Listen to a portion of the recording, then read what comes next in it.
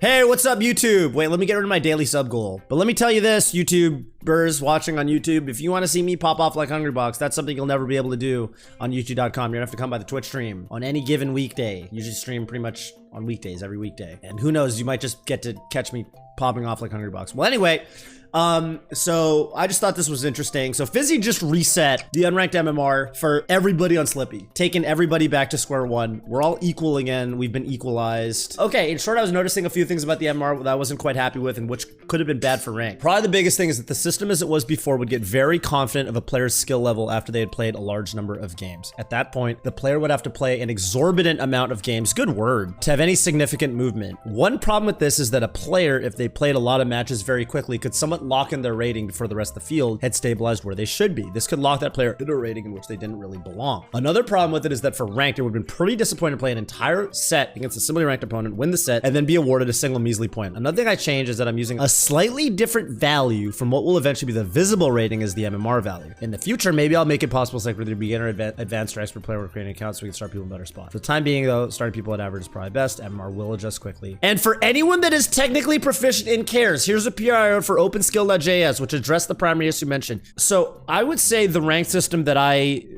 don't even know what the word is, care about the most is chess.com. And chess.com does something similar. Like before the system is confident in like where you should belong, where you should be placed, you have big fluctuations, right? And then once you get locked in, you have much smaller rating jumps, but you basically never reach this point. The point where Fizzi says it would have been very disappointing to play a set against a similarly skilled opponent, win the set, and then be awarded a single measly point. Yeah, that what chess.com and to my knowledge, Lichess, whatever their ELO algorithms they use do is, it's like if you play someone with your same rating, you always get like 8 or lose 8 rating points. The system never gets more confident than that. Hey, but before I talk more about ranks and ranked and Super Smash Bros. Melee, did you know? Okay, I mean, one of the memes that's existed in the Melee community is that we smell bad, right? That's like the joke, Smashers smell bad, haha. One man or one team, I don't really know, set out to solve this problem. And this video is brought to you by SmasherSoap.com. It's got a JoJo's reference right on the front of the soap. So you can wake up every morning, scrub yourself down and ask yourself, wow, is that a motherfucking JoJo's reference? Yes, it is. All over your body. It relaxes you so you can go into gamer mode after leaving your work clothes in the middle of the bedroom floor. Insane that the founder of this company set up a camera, I guess, in my house that he is able to spy on my actual lifestyle habits and call me out like this in my product description. But anyways, use code Toph, T-O-P-H, to get 10% off. Do not eat, and especially do not eat and then sue me. Yeah, I think 2 takeaways here. One, I'm very excited to now hop on Unranked and see exactly what this feels like, because the last time I hopped on Unranked, which I think was about right before this, I hopped on Unranked for a little bit around, I don't know, 5 p.m. I was still running into Fiction. I got like Fiction, and then I got someone else, and then I got Fiction again. Obviously, we still can't see our rating. You can't actually see your rating yet. It's still like hidden variable. But I am very excited to hit the streets of Slippi and see exactly what sorts of players I end up queuing up against. That sounds like a lot of fun. But secondly, this is definitely a really good sign, because I definitely think that like this probably shows like if Fizzi's actually calibrating MMRs, you know, and doing things like rating resets and stuff like that. It sounds like he's getting to the point where he's fine-tuning the system. Like the system itself is kind of established, and he's actually just fine-tuning the implementation details at this point. He's been working on this for a long time, and I'm you know, I definitely think that like he's putting a lot of thought into every little thing. To my knowledge, Slippi Ranked is actually going to be sets. It's going to be like sets that you can actually stage strike, and it's like a best of 3 type of thing. That's kind of what I heard. Definitely think that's going to be pretty cool. Let's check out the PR. Tau, the additive dynamics factor, prevents Sigma from getting too small to increase rating change volatility. It does suck when your Sigma gets too small. Everyone hates it when your Sigma gets really, really small. You got just the tiniest little Sigma. It's just the tiniest, most deflated, saddest looking Sigma. Really, it's just something that you want to try to avoid. And then prevent Sigma increase. When paired with the Tau, should prevent Sigma from going up to prevent Ordinal from dropping after a win. The following example shows how a player's rating, oh, Ordinal just means rating, changes for games 0 to 100. Yeah, you can imagine this is like, I lost a game against someone super dog Or maybe I lost a bunch of games in a row. I don't know. Okay, it's probably I lost a bunch of games in a row. or it's just like, it's like beating somebody. It's like losing to the Crimson Blur. It's like, damn, you lost 500 rating points. Okay, whatever. You won some, lost some, won some, lost a little bit. And so, yeah, you can see that the rating's changing. And the rating change with you can see that as time goes on, the blue line, which is the old rating change, started to change less and less and less and less. So it's kind of approaching like a flat line, basically, almost. But with the new graph, the red graph is basically like it always stays somewhat volatile to where you feel like you actually can gain, you know, you can actually gain some fucking ranking for beating someone who's your same skill level, even if you've played 1,000 games or whatever. So changes for games 0 to 100 as well as games 1,800 to 1,900. Okay, so this is like way later because this is your first 100 games. It's still, as you can see, the red and the blue are kind of matching each other pretty closely. Note that in the late matches, ordinal without Tau changes very minimally, while ordinal with Tau, again, ordinal just means your rating, your ranking, remains quite movable. The example's using a Tau value of 0.3. Oh, damn. Yeah, this is so look at this. So this is like, if you're this far, if you've played 1,800 games, and I've played like 10,000 games on Slippi, right? I'm sure a lot of us have. I'm sure a lot of us have played 10,000 whatever plus games on Slippi or whatever. Damn, this sucks. Wow. You just win a game, it just doesn't matter. You lose a game, it just doesn't matter. Oh, that's miserable. So this is good. Yeah, this is how it is on chess.com. I've played a gazillion fucking games on chess.com. So like for